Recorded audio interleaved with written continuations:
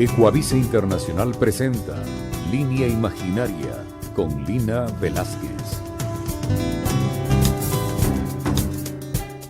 La vida es una gran cuesta por ascender, una aventura en la que cada uno tiene que encontrar soluciones, respuestas. Si usted no lo ha notado, vivimos en una espiral, subiendo una montaña que no podemos ver, y al hacerlo nos encontramos con nuestras limitaciones, con nuestras aspiraciones, y vamos conociendo la fuerza de la cual fuimos dotados. En la ascensión de esta montaña, de esta escalera, de esta espiral, de esta experiencia llamada vida, no podemos escondernos detrás de nadie, ni echar a los demás la culpa de nuestro cansancio y de cada fracaso. Todo lo que vivimos depende solo y exclusivamente de cada uno de nosotros. Así que llegar o no llegar a la cima es una decisión de cada uno, porque aunque hacemos el viaje acompañados, aunque encontramos manos extendidas en el camino, nadie hará el trabajo por usted y por mí. Al igual que subir una montaña, son nuestras piernas, nuestros pulmones y sobre todo nuestra mente y nuestro espíritu lo que nos impulsa a seguir. La montaña, mis amigos, nos recuerda que debemos viajar, saltando obstáculos una y otra vez para poder alcanzar la cima interior y para poder expandir nuestro ser.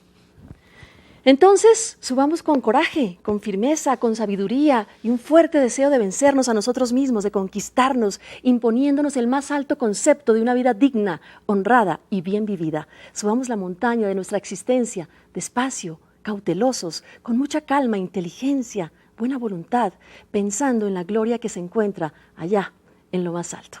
Bienvenidos y bienvenidas, mis amigos, una vez más a este espacio que compartimos llenos de alegría y entusiasmo al ir comprendiendo quiénes somos. Esta es la Línea Imaginaria, yo soy Lina Velázquez, recibiéndoles con mucho amor. Vamos a comenzar con música como siempre y enseguida nuestro invitado, el montañista más importante de este país, el señor Iván Vallejo, quien nos aportará conocimiento desde su valiosa experiencia. Bueno, vamos a dar la bienvenida a nuestro invitado, Iván Vallejo. ¿Cómo estás? ¿Cómo te va? Encantado, Lina. Muchísimo gusto estar aquí contigo en este programa. Bueno, para nosotros es un placer. Nos honras con tu presencia. Gracias, Iván muchas gracias. Es un líder del deporte, pero también es un ser humano extraordinario, un ser que es un referente, un ejemplo para no solamente para los deportistas, sino para todos nosotros, porque es ejemplo de perseverancia, de optimismo, de fortaleza, de vencerse a sí mismo, de conquistarse, y yo personalmente le admiro muchísimo. Así que me encanta que estés con nosotros. Gracias, Lina. Encantado. Bueno, cuando tú subes la montaña, ¿qué piensas? Cuéntanos acerca de esos pensamientos y de esos sentimientos que tienes. Bueno, iniciar que el tema de la montaña es un escenario pero maravilloso. Yo creo que el ser humano tiene diferentes escenarios para encontrarse consigo mismo, que puede ser la paternidad, la maternidad, la docencia, la agricultura o el mar, o en el caso mío la montaña. Y yo he encontrado este sitio realmente como un sitio que ha significado en estos 36 años que llevo escalando montañas, la escuela de vida, fundamentalmente es eso para mí, porque he tenido la suerte de aprender de primera fuente muchísimos valores sobre todo. Y creo que una de las mejores lecciones ha sido rescatar el lindo sabor y valor de las cosas simples de la vida. Eso es tan enriquecedor, porque al estar expuesto tanto tiempo en la montaña, en situaciones tan complicadas, con muchas ausencias, entonces cuando vuelvo a la vida cotidiana, todo siento que tiene un sabor distinto. Posiblemente estoy dando una magnitud más amplia, pero en todo caso es enriquecedor, por cosas simples como poder comer, el agua calientita de la ducha, el poder dormir en una cama con colchón, con almohada y con cobija. Eso es Dios a valorar un regalo. hasta una Efectivamente, cobija. claro, es así, definitivamente. Entonces, este chance de poder ver la vida de una manera 5 estrellas es uno de los mejores regalos que he obtenido a partir del... Bueno, estamos con Iván Vallejo hablando de esa relación que tiene un trabajo como el que él hace, 36 años nos decía, subiendo montañas, y el desarrollo del ser. Yo lo veo muy conectado, Iván. Yo siento que esa experiencia tan maravillosa, tan difícil además, que tiene una persona como tú, escalando cimas de 8.000 y tantos metros, tiene que tener una incidencia en lo que es uno como ser humano, o sea, en la fuerza que puede tener para afrontar los obstáculos de la vida, para desapegarse de las cosas, para vivir en la ausencia o en la presencia de las personas. ¿Cómo es esto? ¿Cómo lo ves? Bueno, yo creo que aquí el punto principal es si es que ese ser humano que va a la montaña, que va al mar o está en el día a día, se da el chance de que esa experiencia se la escriba en el alma, en el cuerpo o en el espíritu. Porque no vayas a creer que por el hecho de que hablas con un montañista, obligatoriamente van a pasar las características que tú mencionas. No, o sea, no todo el mundo anda en eso. No todo el mundo. Eso pasa por lo que tú quieras apostar con esa experiencia.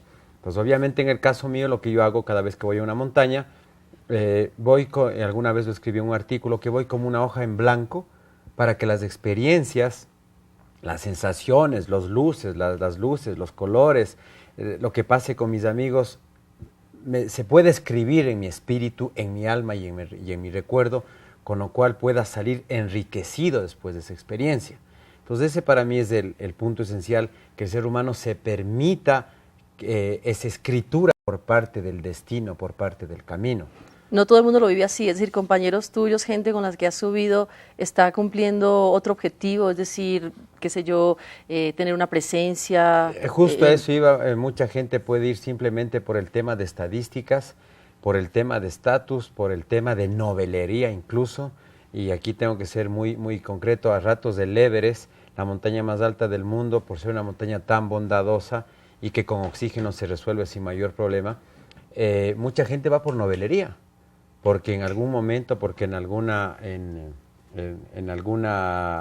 expedición quieren, en alguna reunión quieren decir, ¿sabe qué? Yo me subí al Everest. Entonces, y esto es un tema absolutamente de novelería únicamente, ¿no?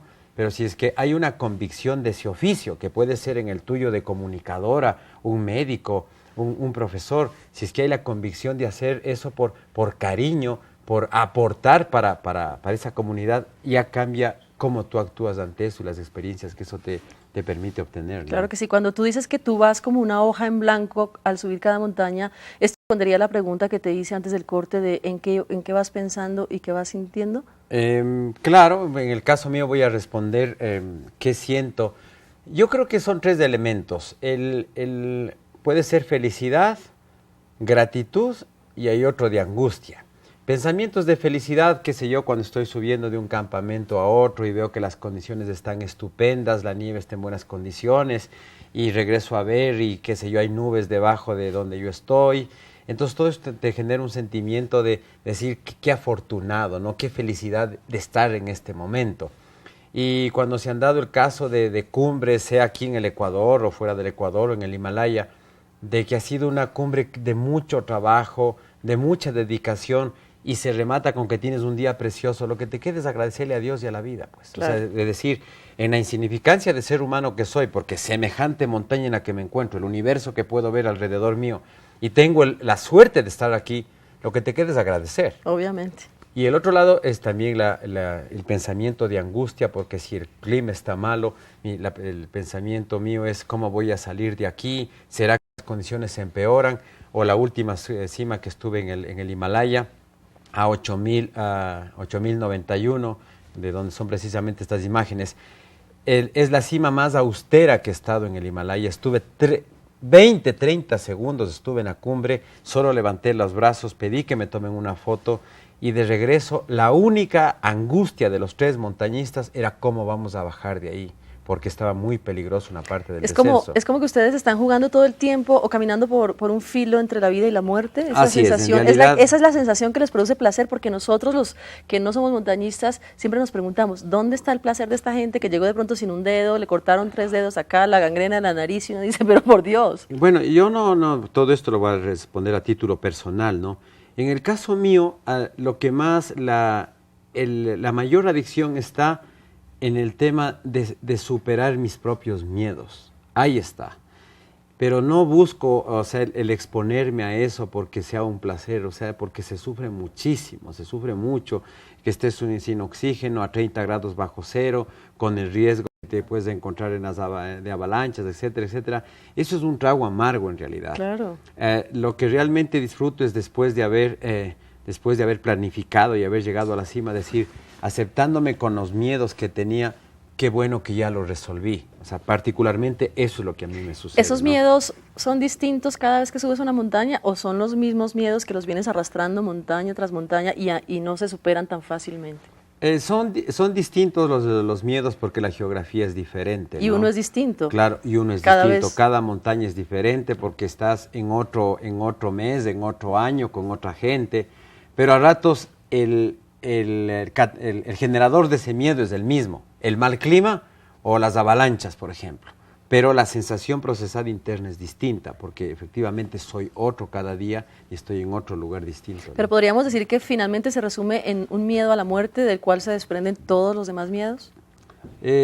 ¿Sabes qué? A ratos me he puesto a pensar y digo, bueno, si tiene que llegar la muerte, que llegue. Lo único que le he pedido al cosmos es que sea una muerte inmediata, que no sea a partir del sufrimiento, porque yo estuve en el 88 4 horas sepultado en una grieta en el Chimborazo, aplastado con bloques en todo mi cuerpo, y sufrí mucho en esas 4 horas.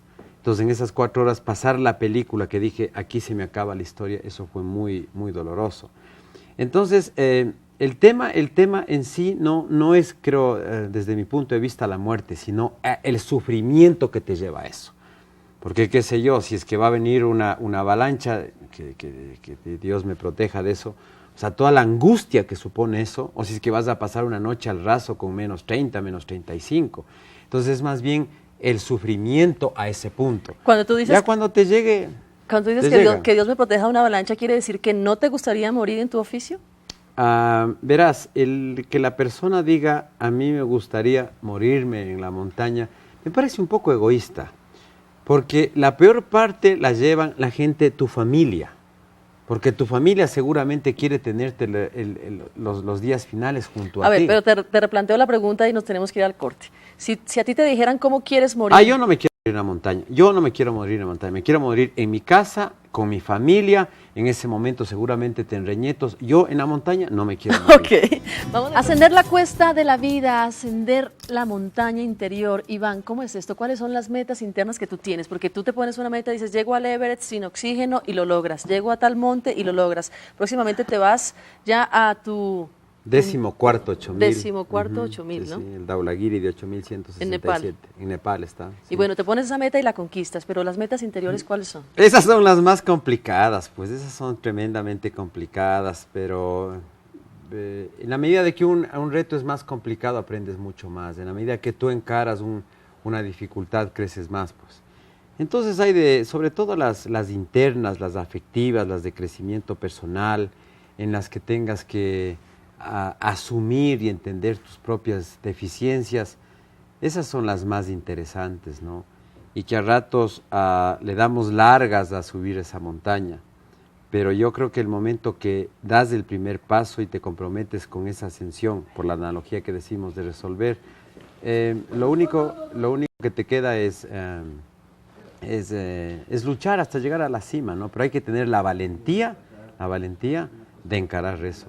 Pero yo creo que tú me digas, en estos 36 años que llevas subiendo montañas, ¿qué has conquistado de ti mismo? O sea, es decir, yo hace 10 años era más dependiente, qué sé yo, ¿qué logros has tenido?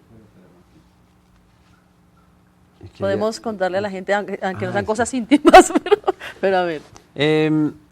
Yo creo que uno de los logros más importantes que veo en estos años es aprender a ser paciente. Yo era muy impaciente. Oh, pero eso es un logro, pero de los máximos. Claro, y era muy impetuoso. Y reconozco, el ímpetu tiene un doble lado, es una navaja de doble filo, porque por el ímpetu reconozco, he logrado las cosas que he logrado, pero por el ímpetu también he cometido cosas, he dicho cosas que no eran convenientes.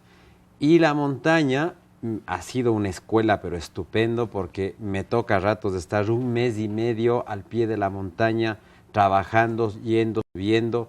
A ratos, después de muchísimo esfuerzo, hemos colocado un campamento a 7,700 y la tormenta lo ha destrozado completamente. ¿Qué haces ante eso? Ahí también, ¿A quién le reclamas eso? Y me imagino que cuando pasa eso también hay una lección de humildad, volver a construir. Exactamente, iba a eso. Estás a 7,700 abandonado. Tienes que aceptar con humildad y pacientemente bajar al campamento base y volver a estructurar absolutamente todo. Entonces ahí el apuro no te sirve de nada, no te sirve absolutamente de nada. Entonces yo creo que lo mejor que he cosechado es eso. Y sobre todo estos 12 años en el Himalaya, ahí ha sido como para mí el masterado de esta enseñanza, porque es montañas mucho más grandes, trabajo más extenso, carga mucho más pesada, la dificultad es sin oxígeno. Entonces ahí dice, oye, tranquilo, o sea, aquí el ímpetu, déjalo en el campamento base, aquí es un trabajito de hormiga, pero todos los días, dando todos los pasitos. Y es la manera para llegar. Y me ha ayudado mucho, porque yo creo que perdí muchas energías por la impaciencia, gasté mucha energía por ser como tan nos pasa a impaciente. todos. Creo que es un patrimonio del ser humano ser impaciente, ¿no? Y yo, como todos, soy del mismo grupo. Pues, Pero bueno, lo has superado, qué lindo, felicitaciones. Y por sigo eso. en el camino. Sería muy arrogante decir, mira, aquí está el... No, sigo en el camino. Alguien decía que la paciencia es la ciencia de la paz. ¿Cuál es la sensación cuando tú subes? ¿Tienes esa sensación de paz? En el silencio, claro. en la soledad. Sobre todo porque cuando me subo al avión, busco subirme al avión lo más ligero por dentro. Ligero de equipaje, como dice por ahí. Efectivamente, porque así permito, por analogía, de que el viento del Himalaya me permita subir, pues. Eso es importantísimo. El momento que voy con una mochila interna pesada, súmale que no hay oxígeno, súmale la mochila y esas angustias, no avanzas. Exacto. Y a ratos he descubierto que el ir liviano de aquí, sin esas deudas, sin esas complicaciones, que te permite, cuando realmente estás allá complicado, que eso te permite elevarte, que camines mejor. Y en general por la vida es así, pues. Pero totalmente claro, de acuerdo. en el trabajo te va mejor, produces más, eres más creativo, porque por dentro estás holgadito, porque por dentro estás libre, porque eso te permite, como una figura, flotarte, te permite caminar. Si no estás pesado, claro, estás espeso con esas deudas que llevas adentro. Y pues. también en el tema emocional, la gente que tiene muchas cargas emocionales, relaciones tormentosas y tiene todo eso en la espalda y cada vez más encorvado. Exactamente, te ve encorvando, efectivamente. En cambio el otro es así para ver mejor el horizonte, lo que tengas que hacer. Pues. Y creo que ese ejemplo que tú pones es muy, muy lindo, porque así como ellos suben la montaña cada vez con las cositas necesarias, así tenemos que ir subiendo nosotros nuestra propia cima interior, cada vez más livianitos. Iván, humildad, paciencia, todo eso has aprendido. También me imagino, con el ejemplo que dabas, el manejo de las frustraciones, que es importantísimo. Claro, porque siempre en cualquier proceso de la vida siempre tendrás elementos ajenos a ti que te complican los resultados, y eso pasa en cualquier lugar. Eso es lo que se llama la conciencia colectiva, que está interfiriendo con la tuya. Tú quieres llegar, pero hay un mundo externo. En el caso mío ese mundo externo es el clima. Yo puedo haber planificado estupendamente bien, escoger el mejor equipo, técnicamente haber realizado lo que tenga que realizar, y viene un elemento que tú no lo controlas, que es el clima. Que eso duele, que eso es frustrante, absolutamente, pero la vida existe así. A esta montaña que voy ahora es la tercera vez que voy. En la primera vez llegué a 7.850, me faltaban 200 metros para la cima, que era cuestión de 2 horas, pero era imposible pasar por el riesgo que teníamos de la nieve tan peligrosa que estaba ahí. ¿Qué puedes hacer? O sea, humildemente tienes que aceptar, vivir el dolor o vivir el luto y dar la vuelta a la página y saber que la vida continúa. Porque la vida continúa, me voy tercera vez. Entonces, que ahí entra un valor muy importante, es la perseverancia. Además, ese creo que es un fundamental. Yo creo mucho también en el valor de la perseverancia o de la constancia. Es esencial. Normalmente la constancia te puede suplir la brillantez, la genialidad. O sea, porque genios hay muy pocos en el mundo, claro, pero poquísimos. quieren las cosas así. Pero la gente que va trabajando con todo el tiempo, que creo que somos la mayoría que estamos en este set, que somos obreros de la vida, puede suplir la genialidad a partir de la disciplina y de la constancia. Bueno, a mí me parece muy lindo, lo decía al comienzo del programa, y manifestaba la admiración que tengo por montañistas como tú, que hacen su trabajo a conciencia, no como lo explicabas con esos compañeros que te encuentras, que solo buscan figuración. En ese trabajo con conciencia, ese despertar de los valores es lo que te está haciendo crecer. Y creo yo también, con lo que hablabas del clima, que has aprendido mucho sobre el respeto. Claro que sí, porque las reglas de juego en ese escenario mío pueden ser reglas muy duras, pues. Porque puedes pasar de contar la historia a no contar la historia, así de simple. Si es que en un oficio, es que en un trabajo dices, bueno, lo peor que pasó es que perdimos tantos miles de dólares. Ahí puede ser lo peor que le pasó es a él perder la vida, con lo cual el respeto es tremendamente importante y tienes que saber cómo son las reglas. Por eso me bajé de 7.850, por eso la montaña del 2006 subí al 5º intento, porque los 4 anteriores fueron complicados y tenía con dolor, eso sí, sin ocultar, resignarme y decir tengo que volver una siguiente vez porque estaba respetando las reglas. Así es. Bueno, la última pregunta, Iván, porque el tiempo se nos acaba. ¿Hasta qué edad piensas subir montañas? Que eso también es algo que a mí me causa mucha admiración, tu estado físico. Bueno, escalaré en la medida del tamaño de las montañas hasta cuando tenga fuerzas, ¿no? Sin ninguna duda, cuando tenga 70 años seguiré subiendo al Pichincha, Dios mediante, al Cotopaxi. Seguramente ya no estaré en los 8000, como es lógico, porque es una página que hay que pasarla. Pero seguiré subiendo montañas, y lo bello de estar es aquí en este entorno andino, el Pichincha, el Cayambe, el Cotopaxi, el Cariguairazo. Seguiré subiendo montañas al ritmo que tenga que subir, aceptando el regalo precioso de los años que me han marcado en el cuerpo y en el alma, ¿no? Muchísimas gracias por estar Encantado, con nosotros, por esas muchísimo lecciones gusto, tan encantado. importantes que nos has dejado. En nombre de todos, pues nuestra admiración y nuestros mejores deseos para Iván, que se va a escalar su ¿cómo es? 14º. 8000. 8000, ok. Amigos y amigas, recuerden que ustedes pueden escribirme a lineaimaginaria@ecuavisa.com, pueden entrar al portal www.lineaimaginaria.com. Y la lección de hoy es que no podemos ceder ni un segundo al desánimo, no permitamos que la indecisión nos domine y nos deje a mitad del camino, porque podemos morir, como le pasa a los montañistas. Miremos siempre la cima que debemos alcanzar, sin olvidar que el mundo pertenece a los fuertes, a los optimistas, a los buenos, a los sinceros. Nunca será de los cobardes, de los quejosos, indecisos, mentirosos y deshonestos. Ellos siempre terminan perdidos en las grietas. Sigamos subiendo, que desde el punto más alto veremos que el sol brilla más fuerte y las estrellas parecen multiplicarse. Un abrazo para todos. Soy Lina Velázquez. Nos vemos en el próximo programa. Chao, chao.